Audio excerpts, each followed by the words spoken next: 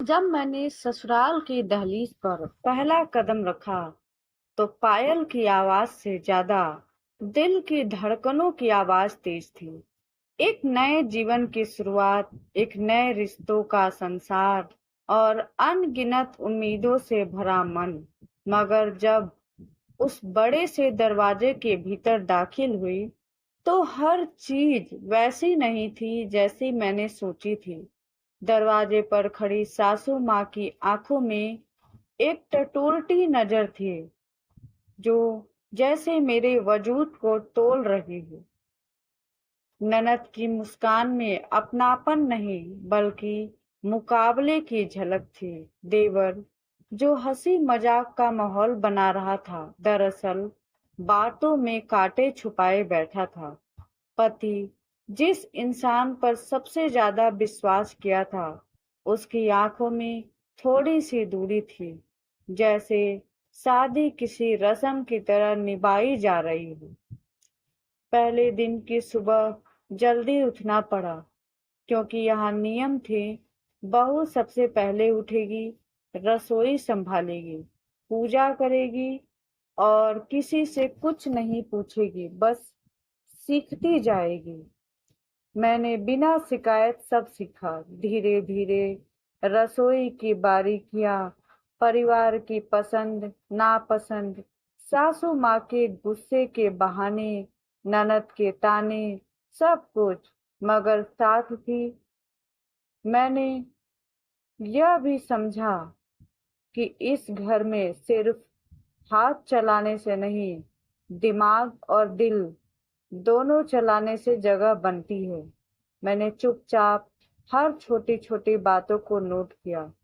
किसी चाय में चीनी कम है, कौन किसकी बुराई करता है, किस रिश्ते में असली अपनापन है और कौन दिखावे में जीता है।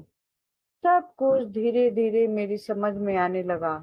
एक दिन जब देवरानी ने सासू माँ के सामने मुझे नीचा दिखाने की कोशिश की तो मैंने पहली बार पलटकर जवाब नहीं दिया, बल्कि वो काम करके दिखाया जो उसने कहा था कि मैं नहीं कर सकती। पूरे घर ने वो काम देखा और तब सासू माँ ने पहली बार मेरी तारीफ की, भले ही बिना मुस्कान के, पर वो एक संकेत था। अब मैं इस घर की जमीन पर अपने पैर जमा चुकी थी। रिश्तों की ये खिचड़ी सिर्फ स्वाद से नहीं बल्कि वक्त और सही तरीके से पकाने पर बनती है। ये मैंने सीखा। पति ने भी अब ध्यान देना शुरू किया था, धीरे धीरे, देर से ही सही, लेकिन वो अब मेरी बातें सुनता था। ननद की कटाक्ष की धार थोड़ी कुंद होने लगी थी, पर ये उस दिन जब मैंने पूरे परिवार के सामने सच्चाई और न्याय की बात की, तब पूरे घर में एक अजीब सा सन्नाटा छा गया। हर किसी की नजरों में मैं बस एक नई बहू थी जिसे चुप रहना चाहिए था, जो घर की रसोई में उलझी रहे और रिश्तों के जाल को समझे बिना उसमें फंसी रहे। लेकिन मैंने जब अपनी बात पूरे साहस और स्पष्टता से रखी तो सबको महसूस हुआ कि अब इस घर में सिर्फ सास और बेटे की नहीं बल्कि बहू की भी एक सोच है, एक दृष्टि है और उससे टकराना आसान नहीं। उस शाम पति ने पहली बार मुझे अपने पास बैठाकर कहा, मैंने कभी नहीं सोचा था कि तुम इतनी समझदार हो। तुमने आज माँ से भी बेहतर तरीके से बात संभाली। वो लम्हा मेरे लिए सम्मान से भरा था, लेकिन मैंने मुस्कुरा कर कहा, इज्जत कमानी पड़ती है और मैंने सिर्फ इस घर की बहू नहीं, इस इसकी जिम्मेदारी हूँ। लेकिन जैसे ही मेरी जगह घर में बनने लगी, वैसे ही कुछ चेहरों पर असहजता साफ दिखने लगी। देवरानी जो अब तक खुद को रानी समझती थी, उसे लगने लगा था कि उसकी सत्ता खतरे में है। ननद जो मायके में खुद को सिरमौर समझती थी, उसे लगने लगा कि उसकी जगह बहू ने ले ली है। और सबसे बड़ा शक सासू माँ की आंखों में एक बार फिर लौट आया था। लेकिन इस बार वो नजर सिर्फ परखने वाली नहीं थी, बल्कि डर और असुरक्षा से भी भरी हुई थी। एक दिन जब मैं पूजा की तैयारी कर रही थी, तभी आंगन में एक पुराना अलमारी साफ करते वक्त कुछ पुराने कागज हाथ लगे। कागज सड़े गले थे, लेकिन उनमें कुछ नाम, हस्ताक्षर और संपत्ति से जुड़ी बातें लिखी थी। मैं हैरान रह गई। उसमें साफ साफ लिखा था कि ये घर और खेत पैतृक संपत्ति सिर्फ ससुर जी के नाम पर नहीं, बल्कि आधा हिस्सा किसी और के नाम दर्ज है। एक नाम जिसे मैंने पहले कभी इस घर में नहीं सुना था, शारदा। दिल में खटकता हुआ, क्योंकि ससुर जी की मृत्यु को अब 15 साल हो चुके थे और शारदा नाम का कोई जिक्र आज तक नहीं हुआ था। मैं चुपचाप वो कागज लेकर कमरे में आई। पति से कुछ नहीं कहा, लेकिन मन में शंका घर कर गई। उस रात जब सब सो गए, मैंने पति से पूछा, आपके पापा की कोई बहन या दूसरी पत्नी का नाम शारदा था क्या? पति चौंक गए। नहीं, ऐसी कोई बात कभी नहीं सुनी। कहाँ से सुना तुमने ये नाम? तब मैंने धीरे से कागज सामने रखा। वो कागज देखकर उनकी आंखों में हैरानी थी और गला सूख गया। अगली सुबह घर में जैसे भूचाल आ गया। सासू माँ की चुप्पी, देवर की घबराहट, ननद की बौखलाहट ने साफ कर दिया कि ये नाम कोई मामूली नहीं, बल्कि इस घर का गहरा दबा हुआ राज है। अगले कुछ दिनों तक घर में कोई कुछ नहीं बोला, लेकिन माहौल इतना भारी हो गया कि जैसे हर दीवार कुछ कहना चाहती हो। फिर एक दिन देर शाम को सासू माँ ने मुझे अपने कमरे में बुलाया। वो अकेली थी, आंखों में आंसू थे। उन्होंने कहा, ये बात अब तक किसी को बताई नहीं थी, लेकिन अब शायद वक्त आ गया है। और फिर उन्होंने जो कहा वो मेरी सोच से परे था। शारदा कोई और नहीं, बल्कि ससुर जी की पहली पत्नी थी, जिससे शादी के कुछ सालों बाद ही तलाक हुआ था। उस शादी से एक बेटी भी थी, जिसे इस घर में कभी अपनाया नहीं गया, और वो आधा हिस्सा उसी के नाम है। मैंने इस बात को हमेशा छिपाए रखा, क्योंकि मुझे डर था कि कहीं ये घर मुझसे छिन न जाए। पर अब जब तुमने सच पकड़ ही लिया है, तो तुम ही बताओ मैं क्या करूं।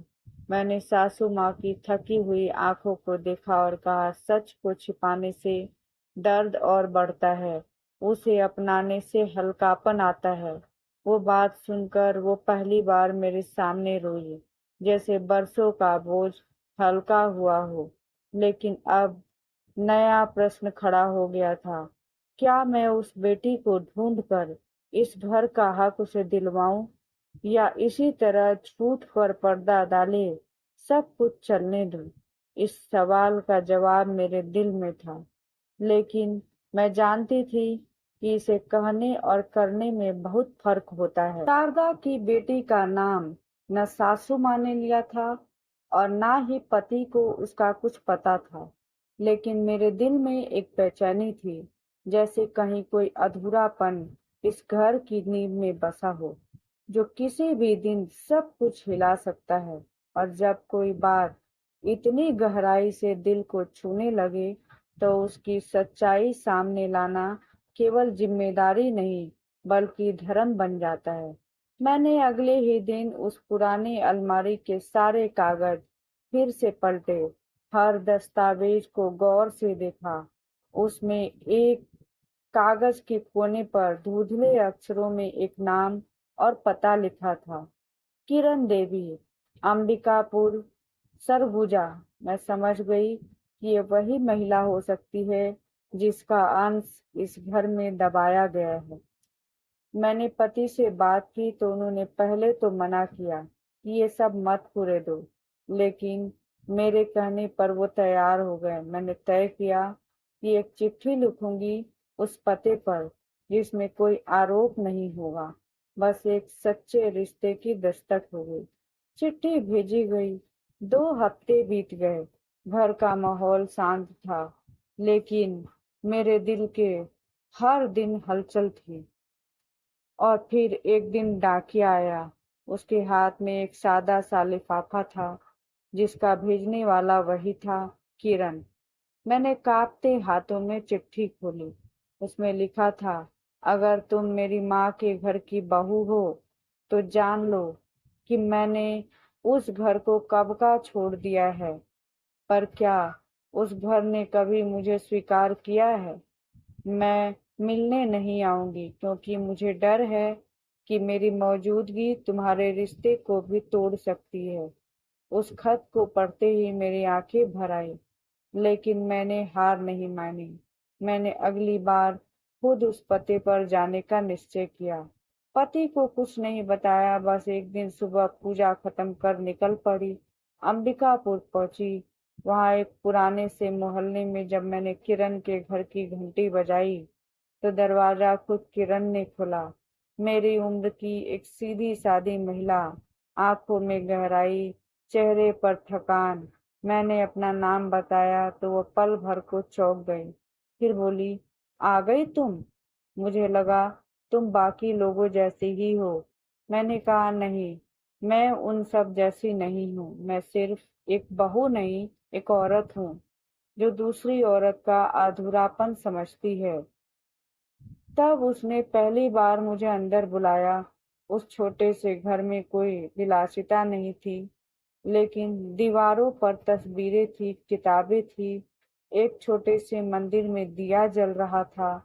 उसने मुझे अपनी पूरी कहानी सुनाई। कैसे उसकी माँ शारदा को छोड़ दिया गया, कैसे ससुर जी ने शादी के 2 साल बाद उन्हें त्याग दिया और समाज के डर से कभी उनका नाम तक नहीं लिया। कैसे किरण को उसके नाना नानी ने पाला, ये हकीकत हमेशा छुपा दी गई।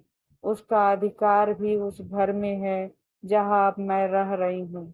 मेरी आंखें नम थी, लेकिन दिल में संकल्प पक्का हो चुका था। मैंने किरण से कहा, तुम्हें अपने हिस्से के लिए चलना ही होगा। वो हिस्सा सिर्फ जमीन का नहीं, तुम्हारे आत्मसम्मान का है।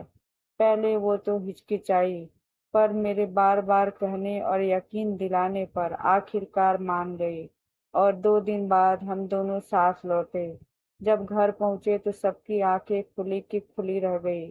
सासू माँ ने देखते ही आंखें फेर ली। देवर देवरानी के चेहरे पर बेचैनी थी। ननद ने तो मुंह फेर लिया, लेकिन पति मेरे साथ खड़े थे, और यही मेरे लिए सबसे बड़ी ताकत थी। मैंने सबके सामने कहा, ये किरण दीदी हैं, इस घर की पहली बेटी, और ये घर जितना आपका है उतना ही इनका भी है। सासू माँ चुप थी, लेकिन उनकी आंखों में कई सालों की चुप्पी टूटती दिख रही थी। रात को उन्होंने मुझे अकेले में बुलाकर कहा, तू सही कह रही है, पर ये रास्ता आसान नहीं होगा। मैंने मुस्कुराकर कहा, माँ, जो रास्ता आत्मसम्मान और न्याय का हो, उसमें कांटे नहीं होंगे तो मंजिल की कीमत नहीं होगी। अगले दिन मैंने पूरे परिवार को इकट्ठा किया और कहा कि अब वक्त है सच्चाई को स्वीकारने का।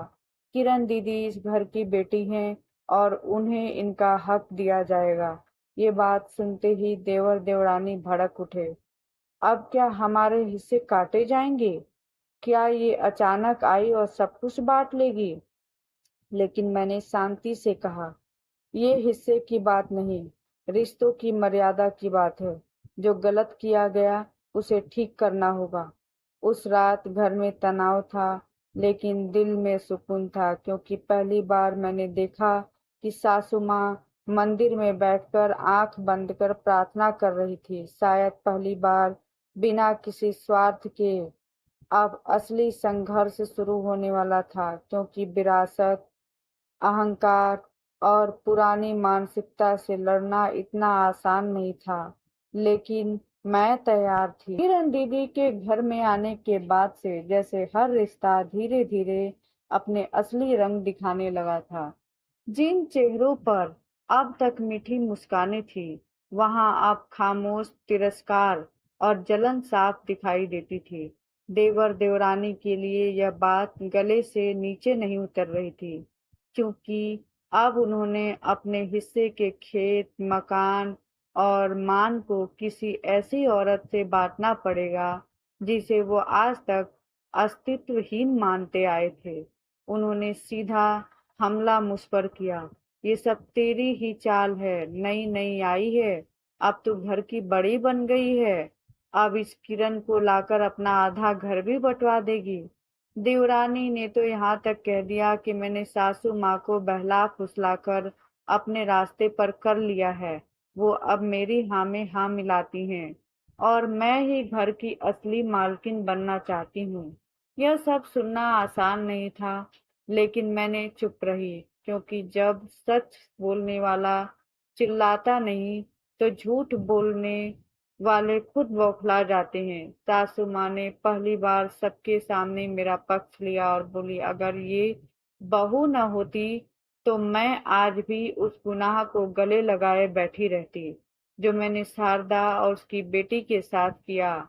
ये घर बेटी का भी है, और जो कोई इसे नकारेगा वो सिर्फ संपत्ति नहीं, अपने ही खून से गद्दारी करेगा। लेकिन बात यहीं खत्म नहीं हुई। ननद, जो मायके आते ही घर को अपने नाम का किला मानती थी, अब खुद को अपमानित महसूस करने लगी थी। एक दिन सबके सामने बोली, भाभी, आप तो बड़ी त्याग मूर्ति बन रही हैं, क्यों ना आप अपनी शादी की बातें सबको बता दे, ताकि सबको समझ में आ जाए कि आप कितनी सीधी हैं। मैं चौंक गई। वो बात जो मैंने कभी किसी को नहीं बताई थी, जो मेरी शादी से पहले की थी। एक रिश्ता जो टूट चुका था, एक विश्वासघात जो मैंने सिर्फ अपने तक सीमित रखा था। वो बात उसे कैसे पता चली? तब पता चला कि देवरानी ने मेरे मायके के पड़ोसियों से पता लगवाया था और ननद के कान भर दिए थे। अब घर में मेरी परीक्षा शुरू हो चुकी थी। हर कदम मुझसे सवाल किए जा रहे थे। हर बात को तोड़ मरोड़ कर पेश किया जा रहा था। पति भी उलझन में पड़ गए थे। एक दिन उन्होंने मुझसे पूछा, अगर तुम पहले ये सब बताई होती तो मैं शायद शादी से पहले ही समझ लेता कि। उनका वाक्य अधूरा था, लेकिन मैंने पूरा समझ लिया। मैंने बस एक बात कही, आपने नहीं, मैंने ये रिश्ता चुना था, क्योंकि मैं जानती थी अपने अतीत से भागकर कोई नहीं जीतता, से लड़कर ही जीवन को नई दिशा मिलती है। अगले दिन मैंने पूरे परिवार के सामने बैठकर खुद अपनी कहानी बताई, बिना डरे, बिना किसी शर्म के। बताया कि कैसे मेरी पहली शादी टूट गई थी, क्योंकि लड़के ने शादी से 3 दिन पहले दहेज की मांग कर दी थी और मेरे पिताजी ने झुकने से इनकार कर दिया था। कैसे उस घटना ने मुझे तोड़ा, लेकिन खत्म नहीं किया। सब सन्न थे। सासू माँ ने मेरा हाथ पकड़कर कहा, आज तूने दिखा दिया कि बहू सिर्फ घर की इज्जत नहीं, उसकी हिम्मत भी होती है। लेकिन देवर और देवरानी अब भी शांत नहीं हुए। उन्होंने घर के कागजों में गड़बड़ी करने की योजना बनाई। वो चाहते थे कि संपत्ति के दस्तावेज में बदलाव करवा दे, ताकि किरण का नाम हट जाए। पर मेरी सजगता से उनका प्लान पकड़ा गया। मैंने तुरंत वकील से संपर्क किया और कानूनी सलाह ली। और सबसे बड़ी बात, मैंने किरण दीदी से कहा कि अब वक्त है कि वो खुद अपना हक लेने कोर्ट जाए। वो घबराई, बोली, घर की बात कोर्ट तक ले जाना ठीक नहीं। लेकिन मैंने कहा, कभी कभी चुप्पी पाप बन जाती है। अब न्याय की लड़ाई लड़नी होगी। और जब हम कोर्ट में केस फाइल करने गए, उसी वक्त देवर देवरानी ने उल्टा मेरे खिलाफ पुलिस में शिकायत दर्ज कर दी कि मैंने घर के दस्तावेज चुराए हैं और सासू माँ को जबरदस्ती प्रभाव में लेकर संपत्ति हड़प रही हूँ। उस दिन थाने में मुझे बुलाया गया। मैंने अपनी सारी बात रखी, सारे दस्तावेज दिखाए। सासू माँ और पति दोनों ने मेरी सच्चाई की गवाही दी। पुलिस ने देवर को चेतावनी दी कि केस बंद कर दिया जाए। अब घर दो हिस्सों में बट गया था, एक हिस्सा सच्चाई और न्याय के साथ, दूसरा हिस्सा स्वार्थ और ईर्ष्या के साथ। लेकिन मैंने हार नहीं मानी। मैंने किरण दीदी को उनका नाम, उनका सम्मान, उनका हक दिलाया। और सबसे बड़ी बात, मैं खुद को भी साबित कर पाई कि एक बहू सिर्फ घर चलाने वाली नहीं, घर बचाने वाली भी हो सकती है।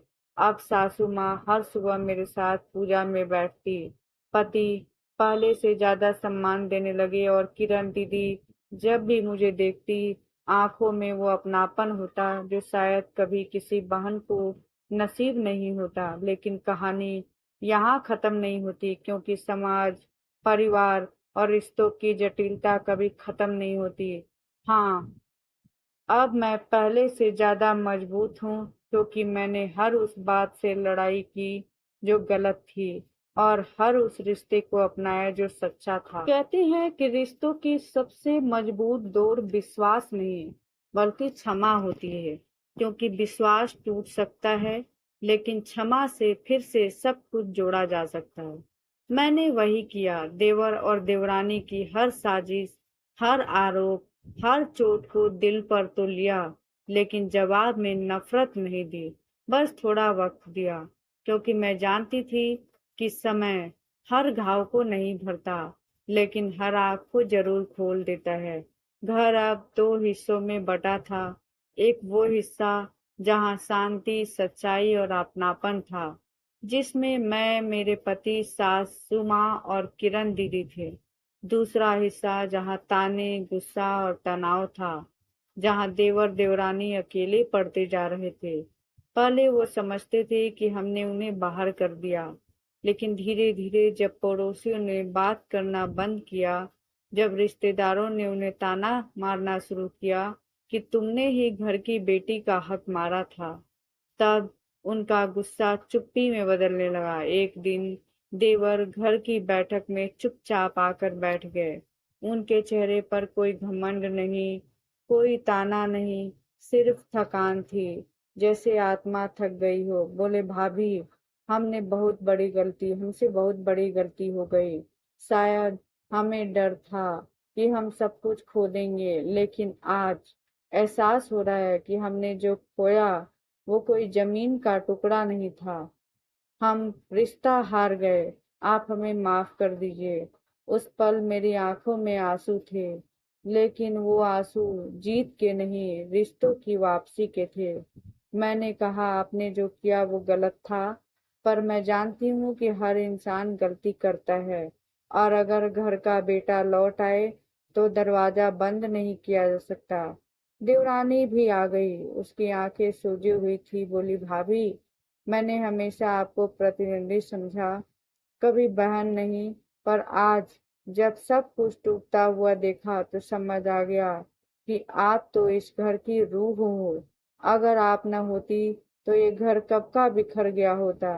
मैंने उन्हें गले लगा लिया, जैसे कोई बिछड़ा भाई बहन वर्षों बाद एक मेले में मिल जाए।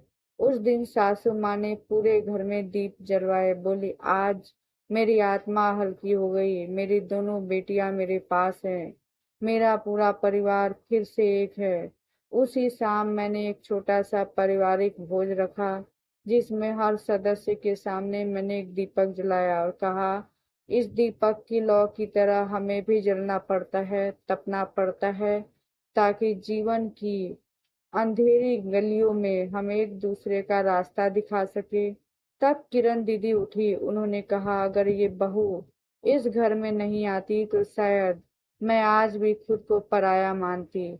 इसने मुझे मेरा नाम, मेरा हक, मेरा परिवार लौटा दिया। अब घर फिर से एक हो चुका था, कोई दीवार नहीं बची थी। देवर देवरानी ने किरण दीदी से माफी मांगी, वादा किया कि भविष्य में कभी उनके अधिकार पर सवाल नहीं उठाएंगे। ननद, जो अब तक बाहर से सब देख रही थी, धीरे धीरे पास आई और बोली, भाभी, मैं भी बहुत कुछ गलत समझ बैठी थी।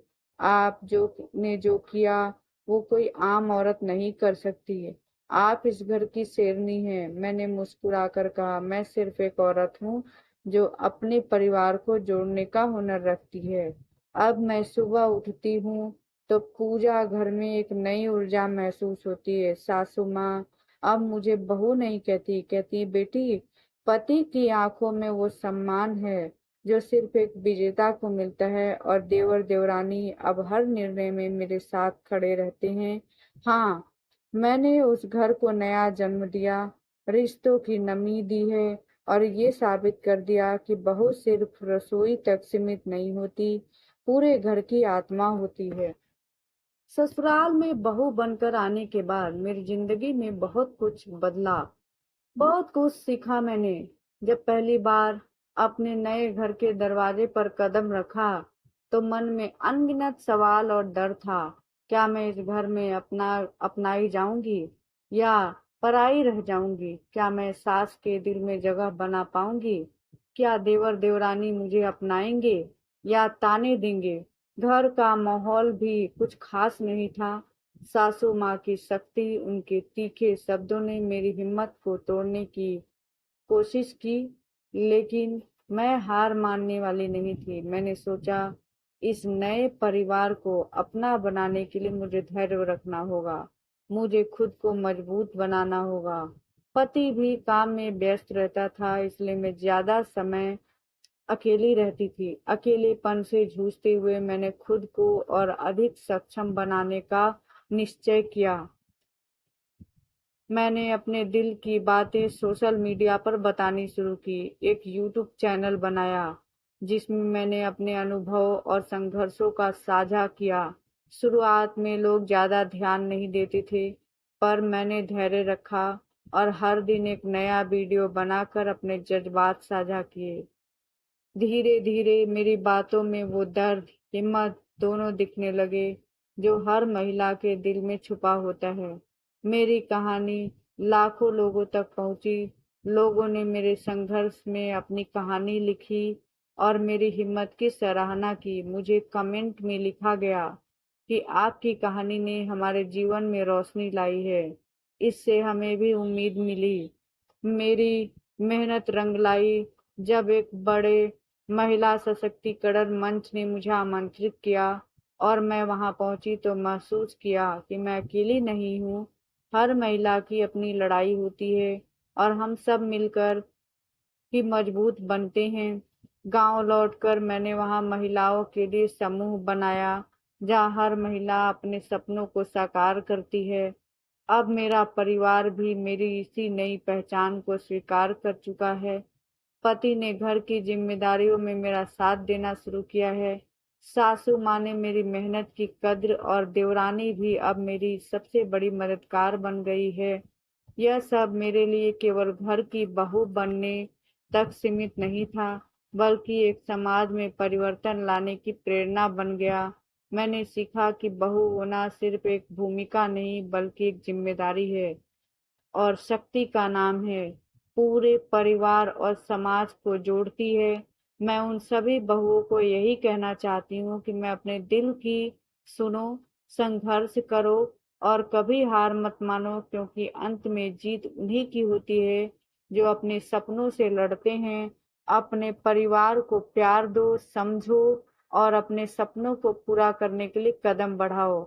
आपका घर स्वर्ग बन सकता है, बस जरूरत है तो प्यार और धैर्य की। दोस्तों, यदि आपको यह कहानी पसंद आई हो तो लाइक करें, शेयर करें और सब्सक्राइब करना ना भूलें।